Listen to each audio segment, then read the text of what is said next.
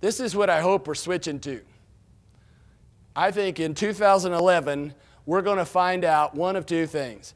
A majority of Americans feel like Herbert Hoover, that they are thrilled to death to have an opportunity for entrepreneurial endeavor in this country.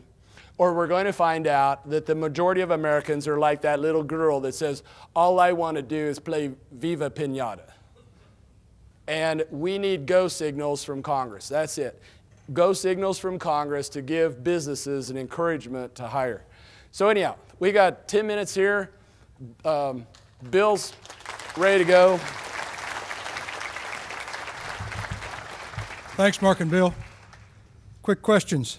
Should we be worried about inflation or deflation or both? For Bill.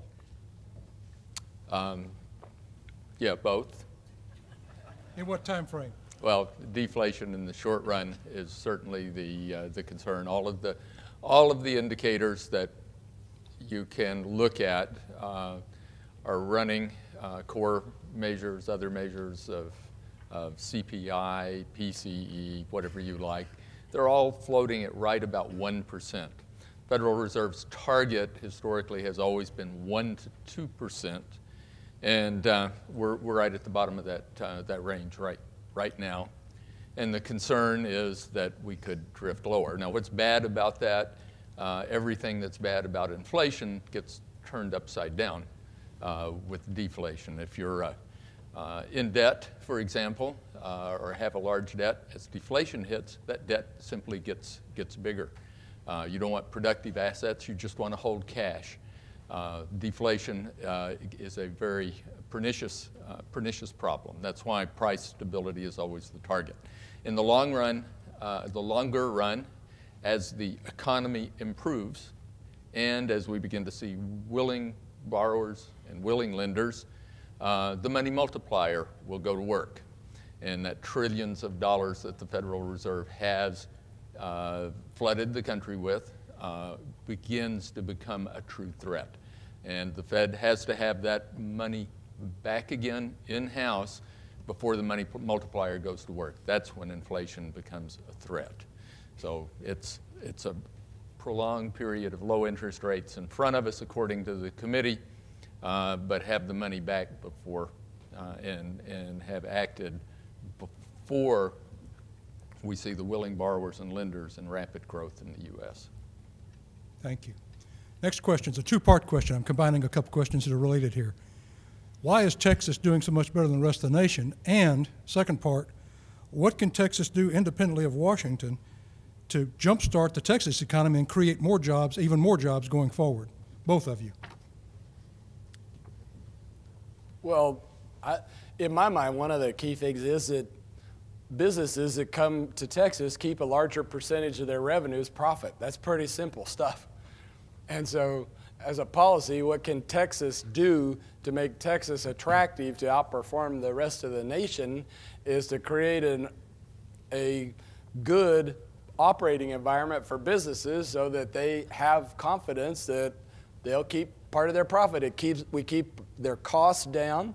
Our cost of living is lower. The price of our houses is lower. So consequently, you can raise a family and have a nice income and a nice life in Texas on a lower salary. That lets that business compete in a global economy with a lower wage scale than it might be, say, in California or New York. So we need to do everything possible to keep our costs down and the environment positive for business people so that they know that we like them to be here, we appreciate them, and recognize that they're the backbone of the economic engine. Just in terms of the cyclical recovery, commodities, which I talked about, Midland, Odessa, the Eagleford, and South Texas, commodities are doing well, and that's a plus for a state that still is heavily agricultural. The cotton crop was phenomenal this year with prices as high as they are. Another big factor has been tech. Tech has bounced back very strongly. That's helped both Dallas and the Austin area as it has come back. And we're forecasting about 250,000 jobs in Texas this year, perhaps slowing a little bit next year. Subpar for Texas, but better than the U.S. certainly. So are you saying there's certain industries Texas should try to encourage even more? Is that part of what you're saying?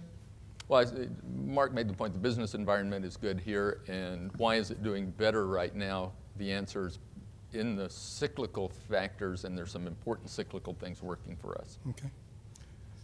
This question's asked about 5 different ways. When's financing, like we know it, going to come back into the market, or is it? Okay, I'll take that one. That's going to come back in the market as soon as somebody has a little chat with their bank regulators and say, will you call off the dogs of war that every possible real estate loan you make is evil? And as simple as that. I mean, you walk into a bank, just if you need credit for a real estate loan, you might as well, before you even get in the front lobby, just ask them a question. Say, how are you on your ratio? The ratio of commercial real estate loans to tangible common equity. And if they're over 300%, they're not going to make a loan. They might like you a lot. They do like you a lot. You're a customer. You're a friend. But their regulators up on the second floor saying, you're over the 300% limit, and you make another loan, we're going to lower your CAMEL rating. But those are just guidelines. So, either these banks have to get the real estate off their books so that they are under the ratios, or we change some of the regulations. Here's a simple one. Just focus on this one for a starter, and that is all commercial real estate is not the same. Like I said, the loan to a physician that's going to create a medical facility and be an owner-occupant, that loan is a lot different risk characteristic than a development full of spec homes for $1 million. Those shouldn't be lumped in the same category, I don't think. So until we get some resolution over this issue, it's not going to go away for quite a long time, unless your government creates a new bank. If they can't figure this out in the next couple of years, history tells us your government will create a new bank, a government-owned bank. They did it in the 30s. It's called the Reconstruction Finance Corporation. Wasn't any lending going on. The government created the RFC, and they became one of the biggest lenders in the country over a period of time. Something's got to give. I'm not sure I advocate government-directed lending. I believe that's what got Japan and will get China in trouble before we're through. Let me say a word about what regulators are looking at in banks when they come to Texas. Texas banks learned some lessons from the 1980s. They are better capitalized than the rest of the banks in the country and went into this downturn much better capitalized than the rest of the banks in the country. They are looking at not a non-existent residential problem, but one that's on a completely different scale. If you look at the bad assets in the banks across the rest of the country, half of it or more is tied up in residential. That's just not true in Texas. Then they look at the commercial real estate. Banks in Texas are twice as exposed to commercial real estate as typical bank in the rest of the country, where they did not make any mistakes on the residential side. We're waiting to see what kind of mistakes they might have made on the commercial side. So it's that big exposure. Richard Fisher, who's the president of our banks, Texas banks are either twice as good or half as bad, and we're not quite sure which one it is. So if the regulators are being careful, it's because the big banks came in and took away virtually every market for bankers, the smaller institutions in Texas, except commercial real estate. And now we're working through that, as the regulator might say. Let me give you one other specific example of that, because this is something y'all can play a role in, I think, have some influence. Here's a good example. Let's say I'm a high net worth guy, and I bought a shopping center and got a big loan on it from the bank. And the shopping center ain't going as fast as I thought it was, so it's only 40% occupied, but I've got full recourse on that loan, and I got $5 million in net worth. And I have a personal guarantee on that loan. The regulator comes into a Texas bank that I know of, that I worked for a day or two this year, and they told me about it.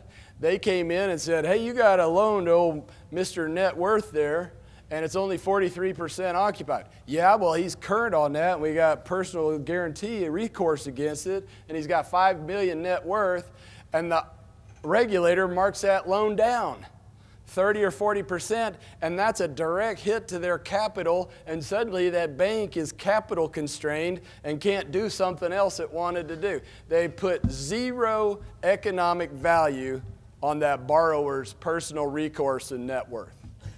I don't think that makes any sense either. Why would you write down a loan that's current with personal recourse like that? It's just, I don't know, something to think about. One final question. It appears that the projected demand for oil is primarily in other countries. Are we too optimistic then on the impact of oil, the oil economy in Houston in particular? In other words, are we attributing too much of the impact to Texas and to Houston in particular if most of the demand for that oil is somewhere else in another country? We don't do much drilling in Harris County.